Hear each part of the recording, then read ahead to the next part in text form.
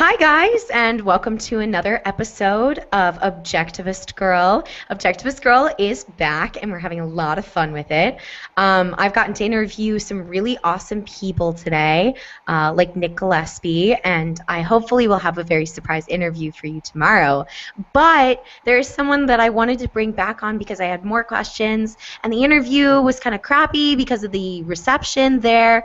And so I really wanted to bring on Orion Martin again to talk about his Sidekick app. It is so cool and so awesome. This is going to kick the butts of every single policeman out there if we get this app. So Orion, please say hi and tell us all about your app. All right. Hello, everybody. My name is Orion Martin. I am in the process of creating the Sidekick app right now.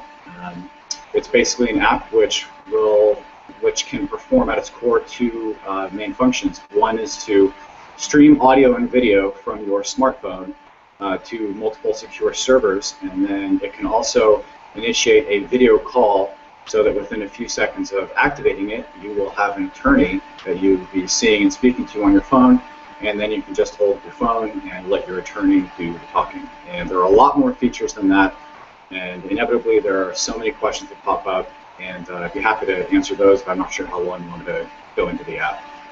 Yeah, I mean, there's always questions that come up when you talk about new applications and new websites, but honestly, I think you should totally leave everybody in the dark about it. I think that that's kind of exciting, right? Yeah. Okay, so basically, I'm not sure. I think I have a Fluid UI on my smartphone. Yeah. Oh, neat. That's really exciting. I would love to see a Fluid Live version. That's what you call it, right? Fluid Live? No, Fluid UI. It's called a Fluid User Interface. So it's basically all the graphics are done in wireframing and everything, and part of the coding. So basically, it's just something that I can, hold up and flip through as if I'm using the app, except that it's not going to make a video call and stuff like that. So, oh, well, you can tell how tech-savvy Objectivist Girl is right now. So, Fluid UI. You learn something new every day. Guys, it's called Fluid UI. That's really exciting. So, Objectivist terms on Objectivist Girls. Learning vocabulary. So, yeah, do you want to flip through that and kind of show the Sure. I'm not sure how well it's even going to show up. It looks really bright, actually. I'm seeing it. Okay, so basically it's called a splash screen. That's what will pop up when you first activate the app. This is what's up there for 1 to 2 seconds while the application's loading. And then this is what people are going to be seeing, which is just two options, audio video or audio video with attorney. And if you press audio video, then it'll activate the both cameras, the front and back cameras, as well as the microphone on your smartphone. And this is something like what you'll see on the front of your screen. So just this function right here would be really good for, say, cop blockers, right? Because they're filming police interacting with other people. So they don't really need an attorney then. But what happens sometimes is the officer will see that they're being filmed and then run over. And so if someone who's using it for that purpose sees that happening, then they can just press Add Attorney, and it'll send out the same alert. So what happens is that it sends out an alert so that the nearest 40 to 50 attorneys who are on the Sidekick network, they're logged on, and they say that they're ready to take calls, they'll get an alert. And whichever one picks up first will be put into a video call session, and you can just hold up your phone and let your attorney do the talking. And you can also just activate that right away. So if you've been pulled over, you know that you're going to be interacting with the officer, so you can just press audio video with attorney right away, and it'll begin streaming the audio and video and simultaneously initiate that phone call. And then, sometimes, the big thing is quality control at that point, right? Making sure that the attorney knows what they're talking about and is representing you to the best of their abilities. And if anybody feels like that's not happening, then they can just press change attorney, and it'll send out the same alert. You'll still keep this attorney on until it's ready to switch, so you'll have, a fraction of a second transfer time from one attorney to the next if you want to do that. That is so exciting. That is really cool. Yeah, and there are other things. People ask, well, what if the cop just takes your phone and shuts it off? Well, that's end call security right there. So you have 3 levels. One is no pin, so when you end the session will just close. And then you can also make it so that you have to enter in a pin in order for the session to be shut down. Now, keep in mind that this means that they can take the phone and they can just hold down the power button all they want and nothing's going to happen. This will basically lock down the phone. And then the next thing is, well, what if officer says, okay, give me your PIN or I'll, beat you up or, frame you for this or that. Then you can have the high option, which is a two-stage authentication, which requires a PIN from you and a PIN from your attorney. So even if the app user is basically being coerced or threatened into giving up their PIN, they can just go ahead and give that up. The officer would enter it in and try and shut it down, but it wouldn't shut down. The attorney would need to put in their PIN on the other side, and bear in mind that that entire interaction was just recorded and streamed to secure servers, which, it's up to the attorney and the app user to decide, if they want to use that evidence to initiate a lawsuit, a claim against the officer in the department. So that's just a few of the features, and you can see how, well, there is one more thing I want to get, which tends to... Okay, I'm excited. I think my audience is excited. Tell us all about it. That's cool. Another settings feature is streaming. So what you can do is you can say, okay, when I have an interaction, when I activate the app and it begins streaming that data, well, first that data goes to something called an API, which then sends it out to other servers and stuff.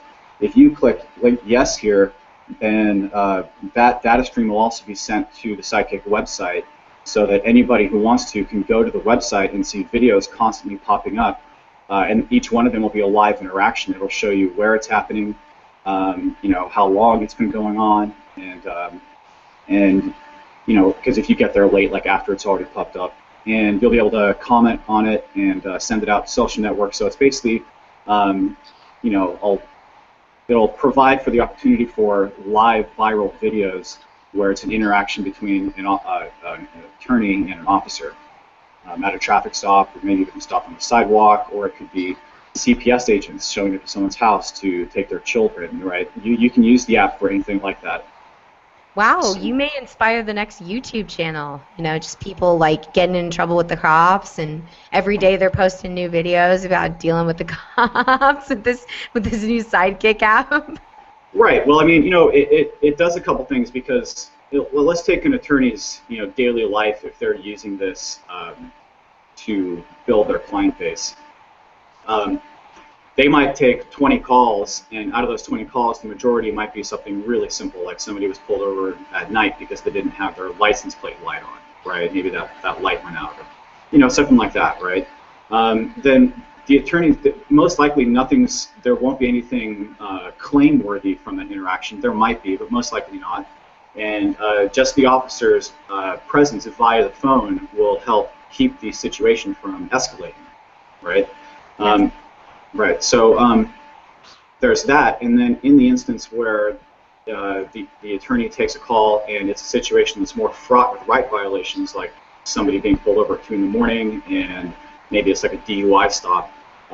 Those are really packed with violations of procedure and violations of the rights. A lot of times the drunk person will basically just get the crap beaten out of them, and just having the attorney there and ensuring that the interaction goes according to the code sections of whatever state they're in will help keep the situation from escalating to anything crazy.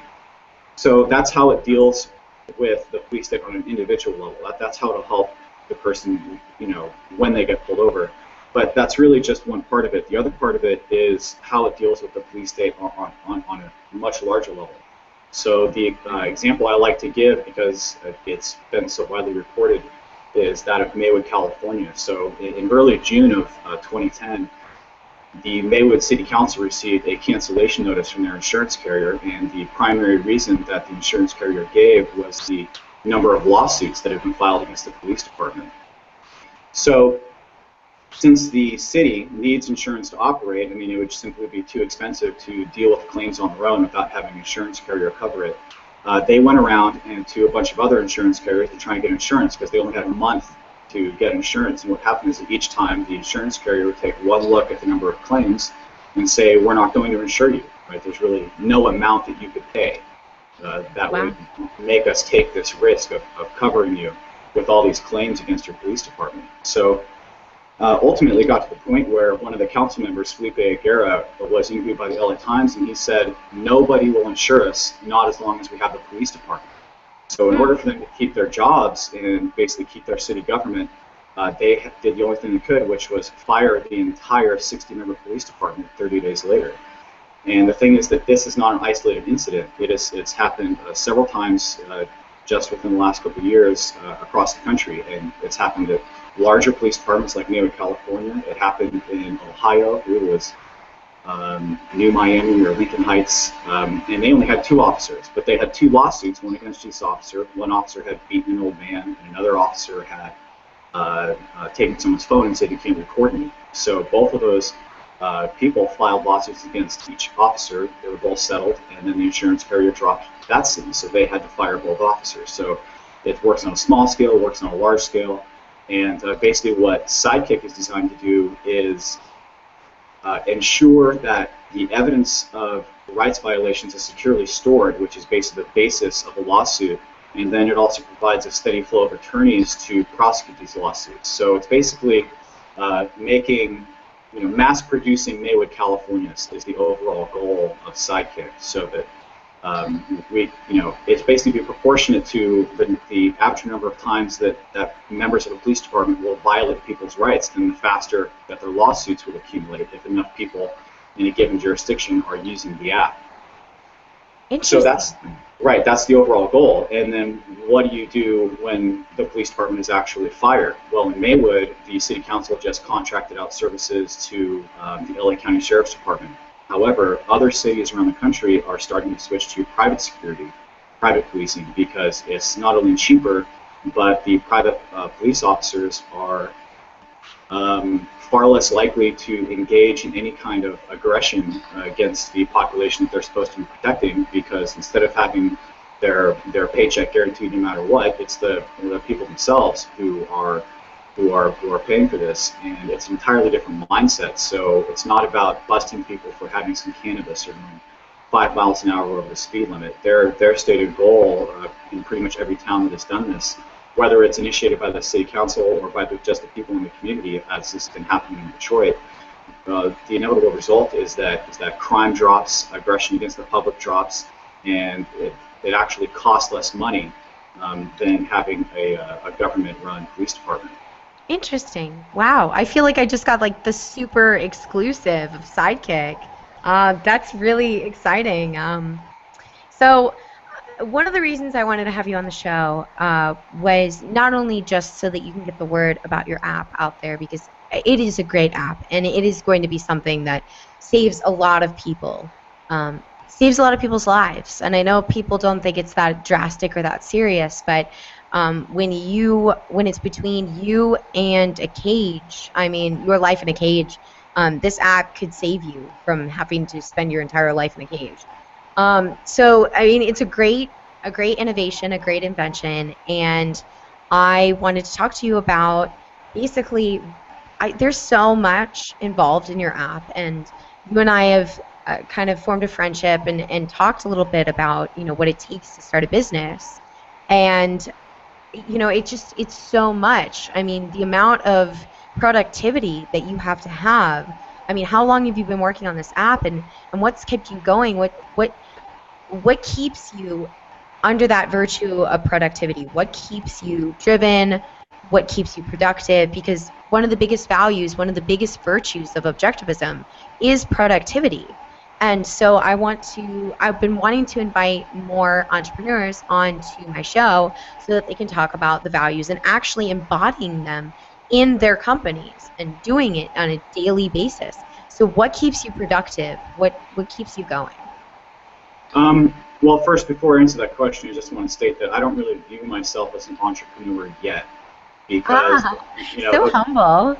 Well, I mean, the app isn't finished yet. I mean, it's only partially done. And granted, we did a decent money raise with the first crowdfunding campaign. Apologies. And we have another one coming up this Monday, March 9th. And that's looking pretty positive. Nonetheless, it's, the app's not finished yet. Yes, there's a company. Yes, I've raised capital. Yes, it's partially done, but it's not finished and it hasn't gone public. So I wouldn't call myself an entrepreneur until I reach that point. I think you've definitely earned the title of entrepreneur. I think anybody that's willing to go out on a limb like that and work that hard for an idea that they truly believe in, and and courage is something we'll talk about in a little bit. But I think that you've earned that title. I think you should give yourself that title. I don't know. I'm just a bit of a stickler on that, and that's just one of the goals. So to get back to your original question of what keeps what keeps me going, when did I start? I really started devoting energy to this in April of 2013. So it's been a little bit, coming up on 2 years. And it was initially just a lot of research, trying to understand. I was partnered up with a friend of mine who has several technology inventions, and he helped me organize everything, get a basic business plan going. And as far as what's kept me going the whole time, it's just the commitment that I had from when I first started, and I think that's probably the hardest step. When somebody goes down this road, they have an idea. Initially, it's probably something big, and then they'll think it over and try and figure out, okay, what is this product or service going to do? How can it be monetized so that it's self-sufficient? And if they discover that they can actually if they can actually make that happen, right? If they have a clear path, if they set the goal of starting out, I want to have this product developed, then you just start there and then you work your way back and you ask yourself, what do I need to do to achieve this step and then achieve this step and this step? And so if you outline everything, then it goes from being this kind of vague, ethereal idea of, okay, I have this idea of what I want to do, I have this kind of goal, but I don't really know how to get there. Once you lay out that path and work backwards from the goal, then everything crystallizes, and it's really just a matter of saying to yourself, okay, am I willing to commit to it regardless of how long it takes? So when I first started, I thought this was going to be, a slam dunk. It was like, oh, of course, everybody's, concerned about the police state. I'll be able to get the funding for it. It won't take too long. But it turns out that it's actually very difficult. So, going to investor meetings and dealing with people whose mindsets are not always in line with yours. Right. They all, so that they have different ideas of, even if there's an issue with police, right? That's kind of what I've encountered with a lot of investors. And then the crowdfunding, I didn't raise enough to complete the whole app. I basically just raised enough to do the first phase. And so then I have the question of, well, what do I do with that? I mean, it's not enough to complete the whole app. So I just took all of that capital and put it toward getting everything done on the app that I could. So all the wireframing, the graphics, Fluid UI, so I can have something to show people and say, okay, you put your trust in me via your money and said, okay, we believe in this idea. Here's some money for me, and this is my contribution to helping make this app happen. Exactly. And you're somebody, and in the little time that I've gotten to know you, you're somebody that when you say you're going to do something, you're going to do it. And that's a lot of integrity right there, is somebody that's willing to adhere to their values, adhere to what they say they're going to do. And that is a huge objectivist ethic, is integrity. Adhering to your values in the face of controversy, in the face of advertisement. And that must be so difficult sometimes. I mean, has it been difficult from time to time to stand to somebody and say, this is what I believe in, even when they disagree, even when you know that you're not going to get the funding that you need if you say that, if you are honest? No, I mean, it hasn't been that difficult. I've always had it pretty clearly set in my mind what the goal is. I know that there's a huge need for it. So if I just keep on, contacting the right people and pushing forward and trying to get exposure for crowdfunding campaigns, raise the capital to complete the next step, I just know that if I keep on putting effort into it, that the end result will be to achieve the goal.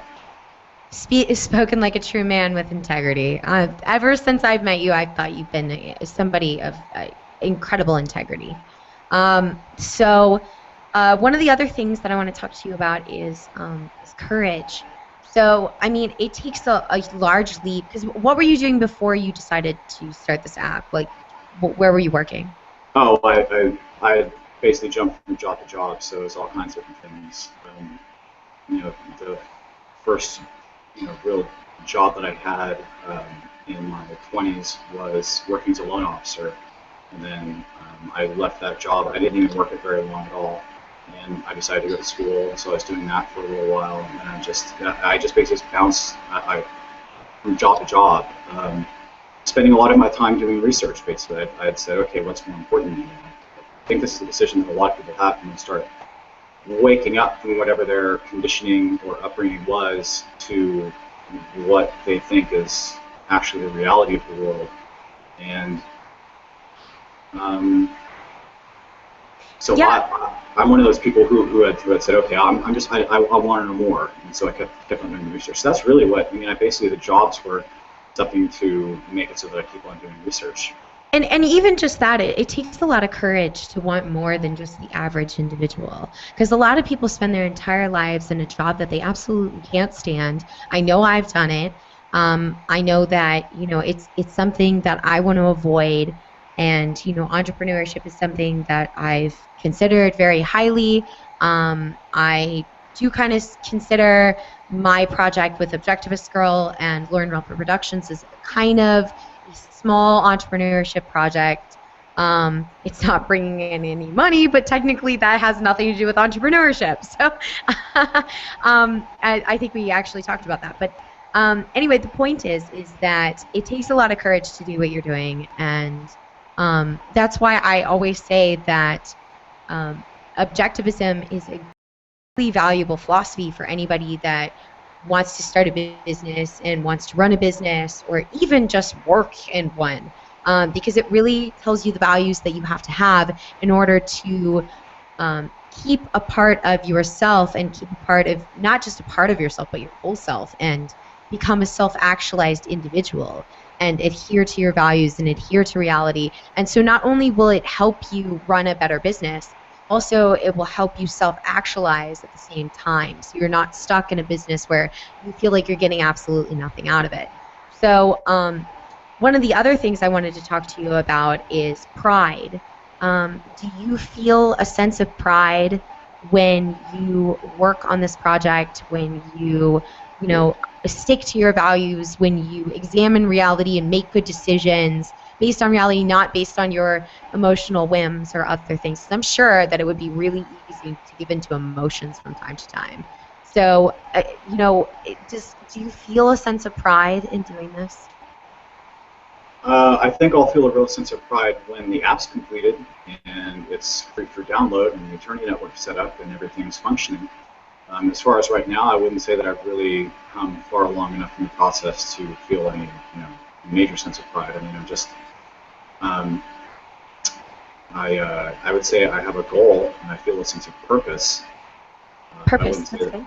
I wouldn't say that I have a great deal of pride from it yet. It's not completed yet. Well, I think you will. You've got a really great idea, and it's something that the world really needs. And I think that you're going to go really far with it and do some really amazing things. And I think you can't help but feel a sense of pride when you've accomplished such great things. Because you will. I mean, this is going to be amazing, and I can't wait to get it. And I know my cop block friends are going to be excited about it, at least them.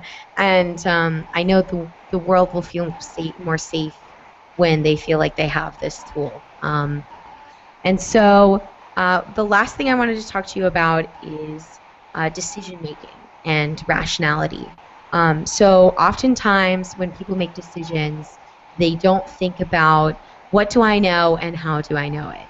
Instead, they just think, this is what I know and that's it. They don't think about how they know that. They just assume that they know it and that's good enough for them. So when you're making your decisions, do you think to yourself, what do I know and how do I know it? And better yet, how do you make your decisions? Well, as far as the first part of what do I know and how do I know it, that mainly comes about when I'm looking for figures. So a decision will need to be based off of specific numbers. So for example, it was how am I going to ensure that there's always an attorney on the network? right? There needs to never be a time when somebody uses the app and they want an attorney and there's nobody there. So what's the ratio that I need to arrive at? So, I asked, do I know what that ratio is? Do I know what the numbers are? I didn't know them, so I had to go look it up. The Bureau of Justice statistics, the Bureau of Labor statistics, and I'm not going to go through the whole process, but it came out to 1 to 400. And once I had that number of one attorney can effectively cover 400 people, then I knew. And what knowing that figure does is it allows you to answer the question of what do I do at this stage. So at every stage you have a number of items that you need to figure out answers to, and each of those requires you to dig into some information and actually figure out what you know and don't know about that little part before you can move on. Awesome. That's very rational. See, that's what I encourage people to do. And that really curves into the last value, because I'm not really going to cover benevolence because you don't have a huge staff or anything. But honesty is something that I want to talk about. Honesty is the adherence to reality in the face of advertisement. So it's not just your values, it's actual reality. And so it's being honest with yourself when something doesn't work with what you want. So what you want and what is real don't necessarily work together all the time. It's great when they do, but when you are able to look at yourself and say, what do I know and how do I know it? And if you say, what I know is not true because I've studied it, I've learned that the facts, the figures aren't working, how do you feel when that happens, and how do you deal with it? Have you run into those bumps? Sure. I think it's really about the honesty part is about realizing when you're going down a path that has too much resistance and it might not be the most efficient way to reach your goal. Yep. So that's really it. But then there's also honesty with how you make the decisions, how you deal with other people. You're right, I don't have a large staff. It's really just, as far as within the company, it's just me and my chief technical officer, and then we've contracted with a software design company called Zico, and then they have a project manager and counsel that they interact with. And that interaction needs to be honest.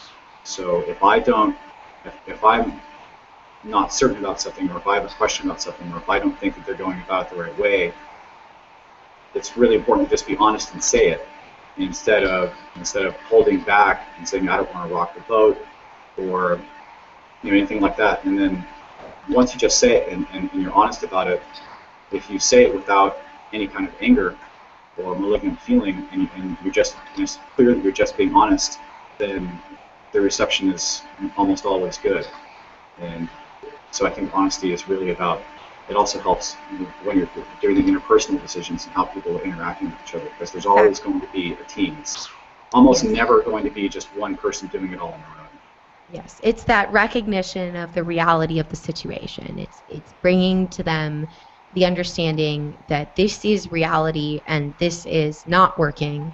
So, and sometimes it's extremely difficult, but it sounds like you have a really good relationship with your team member, and that's great. I don't think I could ever work with somebody that couldn't deal with honesty. It would just be too difficult. I guess the last fun thing that I wanted to, it's just this fun thing. So Mark Cuban has a list of his favorite books, and gosh, do we know that Mark Cuban is a fantastic entrepreneur. He has made incredible success in entrepreneurship. So that in mind, the number one book on his list is The Fountainhead. He says that for any entrepreneur, he would suggest reading The Fountainhead. So first of all, have you read The Fountainhead, and would you say Mark Cuban is right? That's the second question. I have read The Fountainhead. It was some years ago, but I did read it. And my answer would be that The Fountainhead is the right answer for Mark Cuban. Okay. Can you explain? Different people can take different things from just about any book. So Mark Cuban may, say he reads the Fountainhead, and then he takes away, a bunch of really important lessons that maybe other people might not get from that book. And so for Mark Cuban, apparently it's the Fountainhead that really brings up a lot of important issues for him that are important to running his business or dealing with his life, whatever. Right. And I think that really plays into one of the things that I mentioned in my speech, and I'm actually glad you gave that answer. There is a different set of values for everybody, and it's based on the path that you want to take and the life you want to live and your past and all kinds of different biases that we have. And I think that, people would see it as subjective, but actually it's objective because of the fact that your life has certain values and you have certain goals for your life. And if you want to achieve those goals, then you need to choose books tailored to those goals. And so it is an adherence to reality. And just because, you and Mark Cuban have a disagreement about which books to read, that doesn't mean that one is objectively correct and one's not. It's about your objective values and your objective goals for your life. Your objective for your life.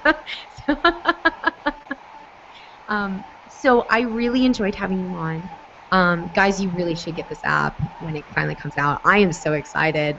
And do we have a projected date on that? Everything depends on raising capital. So I have private interviews and meetings taking place, but those are always kind of wishy-washy as to whether or not anything's actually going to work out. But the main thing that I've been focusing on for some time now is crowdfunding. That's really the main thing that's brought me success in raising capital. Awesome. So you're going to send me a link, and my audience is going to take a look at this video, and they're going to be like, this app is so cool. I want it. So they're going to say, I want it. And they're going to ask, what is the value to them? So what is the value to you guys? What is the value that you would pay for this app to have it tomorrow? Because the sooner that he raises capital for this, the sooner we can have the app. And I'm excited about it. I'm donating to it.